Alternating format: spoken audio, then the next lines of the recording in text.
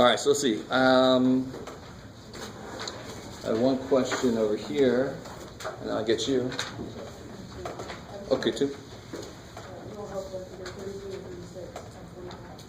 Which section? 4-1. Number 33. Okay. This is page 255. It's a visual. So let's see here.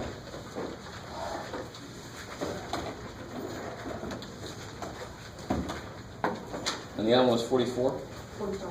45? All right.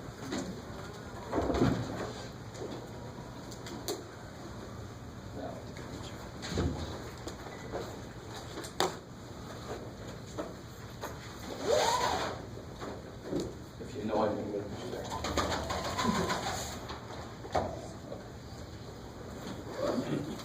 Let's see. So while this thing warms up, 45 is less visual. I like it. So 45 says solve it two ways. Solve it graphically and numerically, which is actually the same idea. So 45, this is section 4.1. Thank you. Page 256. So they give you this. They say solve it graphically. And they said solve it using a table. What is that? Is there a plane signal?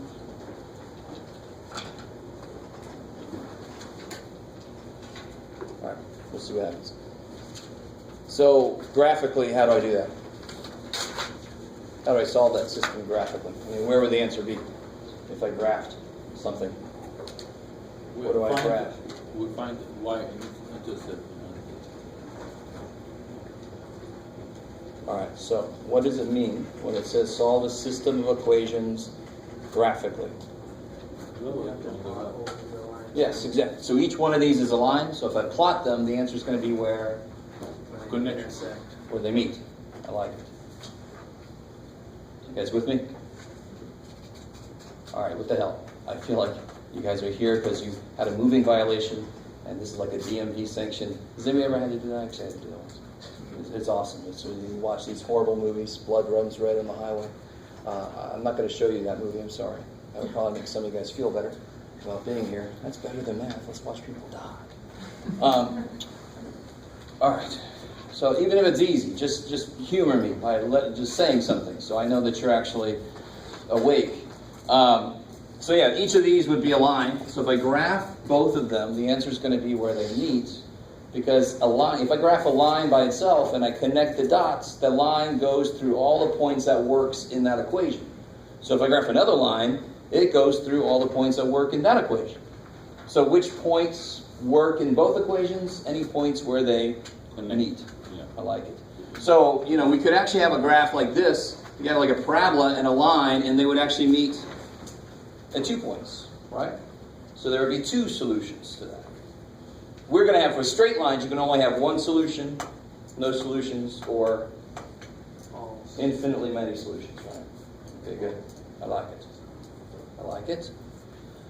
So was this the part that gave you trouble, or whoever asked that question? The graphing part did. Okay. So what's kind of wrong with the first one? A little bit. Am I supposed to? Yeah, so how do I rewrite this? Flip it? Can I just do this? No. Why not? Because X is negative. X is negative and the 4 is positive. You can't change things. You can just rearrange things. That's better. But now it's in the right form, right? So what's the slope for this guy? Kick ass, and the y-intercept? 0, 0, 4, kick ass. So then you just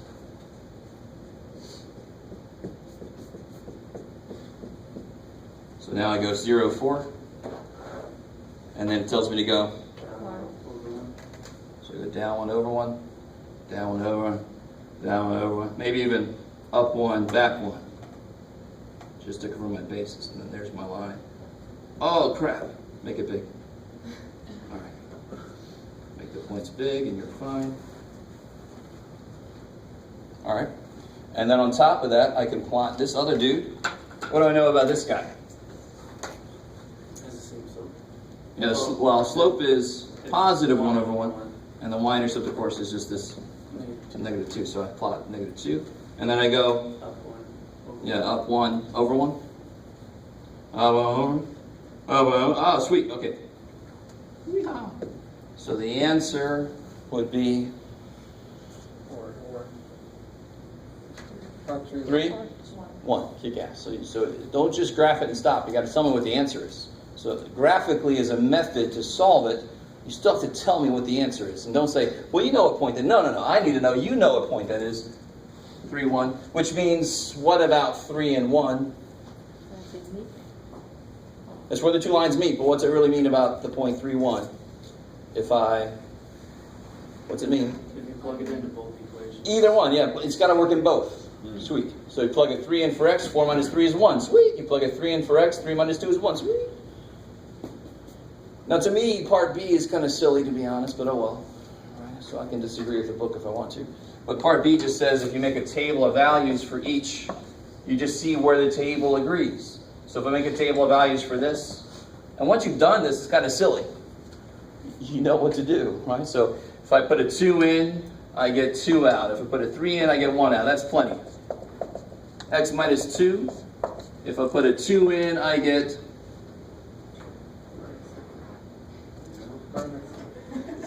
0. And if I put a 3 in, I get 1. So there I can see, in the table, I can see where they meet.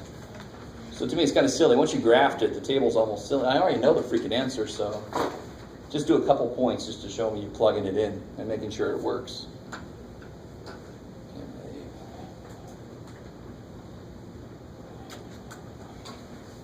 All right. And then the other problem, they gave you something already graphed. What did you say, 35, right? 32. Man. Stay.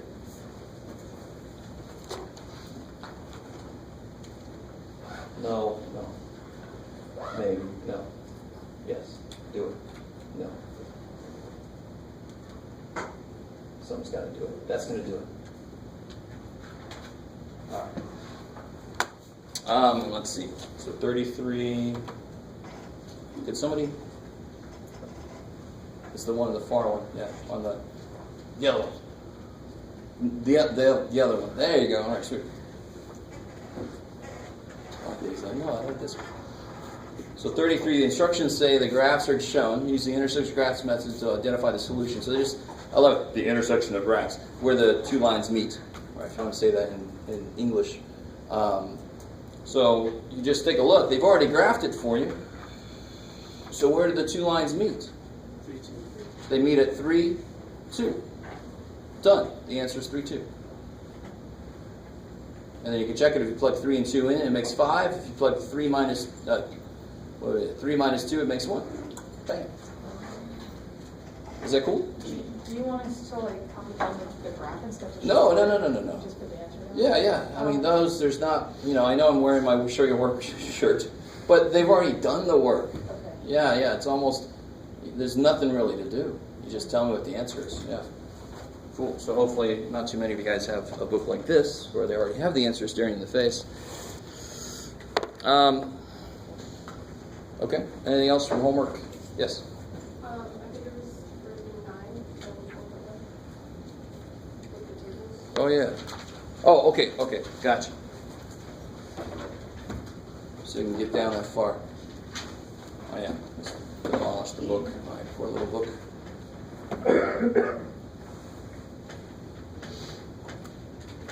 My phone. So this one says a table for two equations is given. Identify the solution. So they have these inputs, and those are the outputs for that equation. This looks very familiar, by the way. So they already done the work. So notice give me a point that this goes through. 3, 1. Yeah, 3, 1. Right? So this goes through 1, 3, 2, 2, 3, 1, 4, 0. This goes through 1, negative 1, 2, 0, 3, 1. So 3, 1, 3, 1. Right. So they both. That's the answer. 3-1. That's kind of funny. They already did the work for a later problem. Do you guys see that? So if I graph these, of course the lines would meet at these 3-1 because they both go through the point 3-1. They come at it from different directions. But still, that's how I can look at a table and see the answer. Okay, so it's just that simple, stuff like that one. Exactly. It's just whichever one that they both agree on. The point for the x value, they both have the same y value. Cool. I like it. Can you say one more time, please? Yes. So this line goes to the point 1, 3, but this line goes to the point 1, -1. So they don't agree. But at 3, they both go through the point 3, 1, 3, 1. They both go through that point. That must be where they would meet. I don't have to graph it because I can just see it. Oh. I like it. So I really want you to understand. This, when I draw the line, that's a representation of all the answers. This is a representation of some of the answers. And sometimes I'll get lucky and I'll actually see the answer stare me in the face. It's where they agree. Visually, it's where they agree, where they meet. Right? All right.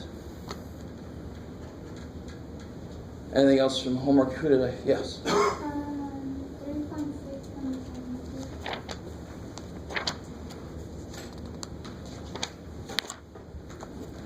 All right, let's see. So this one.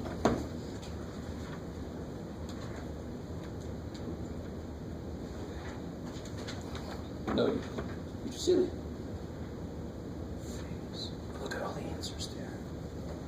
Look at the answers.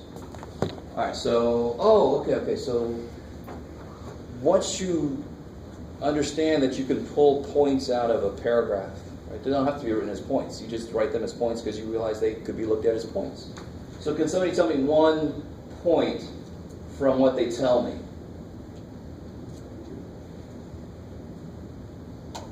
2002, comma 3. Yeah, in 2002, there are 3,039.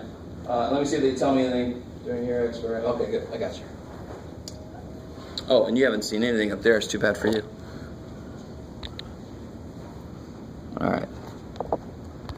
This one for 3.6. 3.6. Right, so this is the right one? Whoever asked that question? Please don't let me work it out and then say, no, it's not the one I... That's happened. Where am I at? Okay. So like you said, there's really only one point that they give me, right?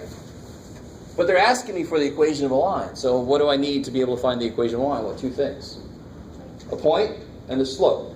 Right? So the point I can see, in 2002, there were 3,039 hospitals with more than 100 beds. Understand the number 100 is not a number that I have to work with. It's just the situation that they're referring to, right? So in 2002, there were 3,039 hospitals that had something going on. So how do I write that as a point? 2002 and 335, right? Right, 3,039. Yep, good. What else do they tell me? The total beds. What do that continues, right? What else? What's the other part of that reference? Hopefully, because I know what else I need. Decrease at a rate of 33 hospitals. Yeah, it's decreasing at a rate of 33 hospitals per year. And real quick, what is this? This is X, Y. What are the X's? What did this represent? Year. And this was like the let me see. Yeah. How do I want to represent that? Yeah, the number of hospitals. Yeah. So the slope would have what units? Because slope is what variable over what variable, basically. Hospital. Yeah, oh. Slope is what over what? Y over X, basically, Rise right? or not, yeah. Y over X. Yeah. So what would this slope have in units? Hospitals on units. Hospitals Per year. per year. Yeah. So look at what they tell me. It's decreasing at a rate of 33 hospitals per year. So that's the freaking slope. Just write it correctly, though. So what is the slope here? 33 over 1. No? Negative 33 over 1. Negative, right? Because it's decreasing. Decrease, yeah. And visually, it's got to go that way, which means it's got to have negative slope. So this would be negative 33 is the slope. The point is that. Can you guys make a linear equation out of that? You better be able to. Right? Yeah, exactly. Who else can tell me? What's the equation I want to use here? What equation do I want to use? Y minus 1. Yeah, y minus y1. And m into bracket x1. Cool, I like it. So the change in y is some multiple of the change in x. Hey, maybe that's why they call it that. And I just got to plug and chug. So what would you put here? Negative 33. And what would you put there? 2000. Yeah, the x part.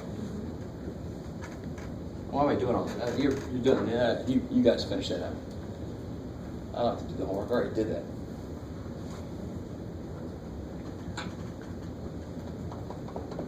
All right. How you doing? I'm trying to assume that those of you looking at me with an angry expression, there's something else going on in your life that you're angry about. Good Lord. All right. Now, and you already know the answers. If you copied them down, that was a smart thing to do. If you didn't, too bad. Anything else from homework? Who else? I think, did you? Any other questions from homework? All right, so let's do this. We got into elimination. I want to do a few more problems about elimination, and then we're going to do the last section in chapter 4, and then that's it. And then next Tuesday will be review day for the test that's happening the next day.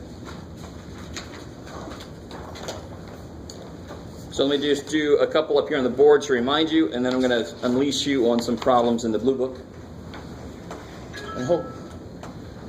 Okay, good. That signals the time for me to erase. Board, yes. So start off nice.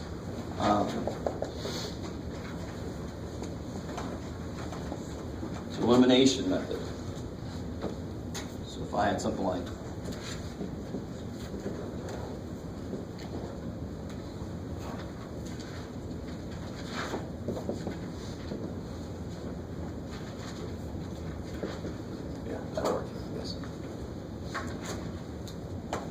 starting off nice, and why is this a nice way to start off? What happens? What is the elimination method all about?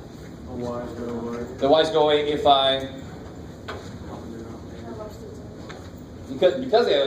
I add the two equations together, the y's go away. We talked yesterday about why it's okay to add two equations together. It still is in keeping with all the rules of equations, right? So when you first learn about this, you should be like, why the hell can we do that shit? And most of the time students are like, why do we, I don't know, he's just saying we can do it. So hopefully it made sense yesterday when I was trying to tell you why we're allowed to do this. There must be a reason why we can do it. And there is. So if I do add them together, I get 3x. Let's go away. Equals -9. And see, that's why I love this method. The whole problem is there's too many variables. So kill some. Right? It's too many of them. Kill one of them. So we killed the y, now there's only x, now I can solve for x. So what's x? Minus 9, yeah. Just trying to be Minus 6. -3, cool. Negative 6. Right? Part of your brain is going to be like, oh, I'm done. But of course you should know by now. There's two variables in my equations, I have to get both parts. Right? So how do I get the other part? Just plug minus. Yeah, I know what x is now. Yeah. I can just plug it back in. Which one? Up to you. First one. Sure.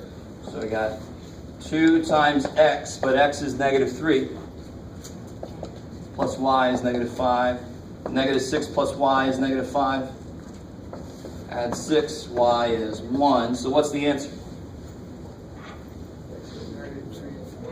-3, 1. Kick ass. All right.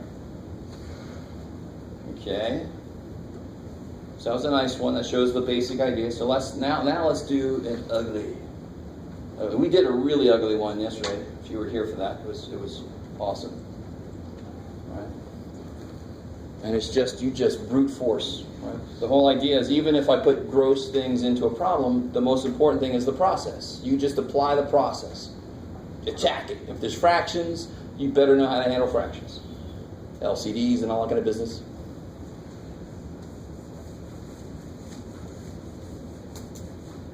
So let's see, what if I have this here? Let me make it not too evil. But a little bit evil.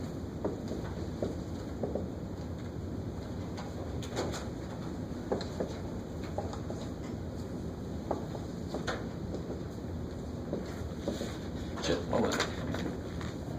Oh, yeah. Does anybody know how I'm making these problems up? Am I just pulling them out of my ass? I tried to make this come out to be a nice number. Let's see if I succeeded. But does anybody know how I do it? I don't know how I do it. It's just what I do is I come up with an answer. I start with the answer. So we'll do one together here in a minute. I'll show you. Now, of course, in real life, these would come from the real life situation. And today, we're actually going to learn the last section in chapter 4, which is more applicable to real life, to tell you honestly.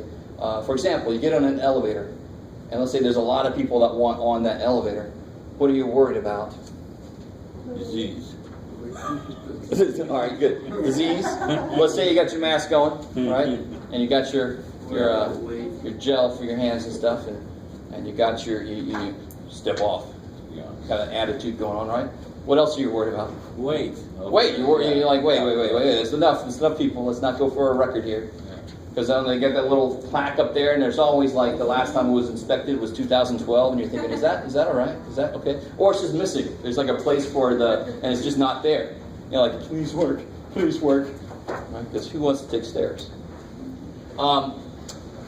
So today we're going to learn about, very often what these equations come from is like the total weight can't be more than something. So then I would set up an inequality. And then when I do it graphically, I can see what region is safe. So these lead to restrictions that lead to where is it safe. So later today we're going to learn, I'm going to graph a line and then shade one direction, and then graph another line and then shade one direction. So it's going to be like here, that's my little safe area. So if I'm out here, I might blow up, or we might plummet to our death, or the current might be too much, or whatever the situation is. So every damn thing we do actually has immediate real-world applications. All right. So what the hell? What do I do here? Why do I not just add them right now? Yeah, the whole point of adding is to make something die. There's too many variables. If I still have the same number of variables, why would I do it? That's silly. Now, sometimes there actually is a reason you might want to do it. If I add these together, do you see how I get 1y? Yeah. So there's some like clever little things you could do, but let's just stick with the textbook method. Yes? Multiply the first one by 3, and multiply the second one by 5. Beautiful. So you're going to kill which letter? X. You're going to kill x. And remember, the other day I said it was the same idea as LCD, right? The LCD between 5 and negative 3 is 15. Kick ass. If you wanted to kill the y, you would use 4 and 5. Yeah, because the LCD would be 20. Yeah. I like it. You guys see, so LCDs make everything the same. Why is that good here? Because if they're the same but with opposite signs, they'll die. Right? And they're just variables. Who cares? Variables are like robots. They're not real things. We want to kill them. Die. So I multiply this guy, like he said, by 3. So if you want to, put a little 3 next to everybody so you don't forget anybody. So I get 15x. Minus 12y. Good, minus 12y. 21. So again, the biggest mistake I see is people just have a 7 there, and that's when you get freaky ass answers when maybe you're not supposed to. Not all your answers are going to be nice, by the way. Please be ready for stuff like 23 over 47 or something. That will happen. Not a lot, but it will happen. And then the second one I multiply by 5. So I get negative 15x, 25y, equals 5. So now I can add them together because the thing that should happen will happen. One of the variables will die. And then what do I hear? No. 13. Good. 13y equals 26. Someday I'm just going to be doing that for like 10 minutes. be like a little dent in the. All right, thankfully it was not today. And then I get for y, I get 2. And the minute I get one variable, I can just do what? You could, if you wanted to, you could plug it here, but that's kind of silly. They're bigger numbers. You just go back to the originals, right? Just go back to the originals. So if you plug in the first one, for example, 5x minus 4 times y, which is 2. 5x, this is going to be 8, so add 8 equals 15. X is 3. So the answer is 3, 2. Kick ass. All right. What's really funny to me is some of you guys are like, this is easy, this is crap. And then when it gets more hard, you're like, this is hard, this is crap. It's like, there's nothing, what? Shit, what can I do? So if this is easy, go, oh, good, yay, I can do this shit, I can bang this out. If this is hard, ask questions, come see me, do something. But I feel like most of you guys probably get the main idea going on here. Okay, so with that in mind, let's do these. This is page 66 in the blue book. Go ahead and do number 1 and 2 there. 66.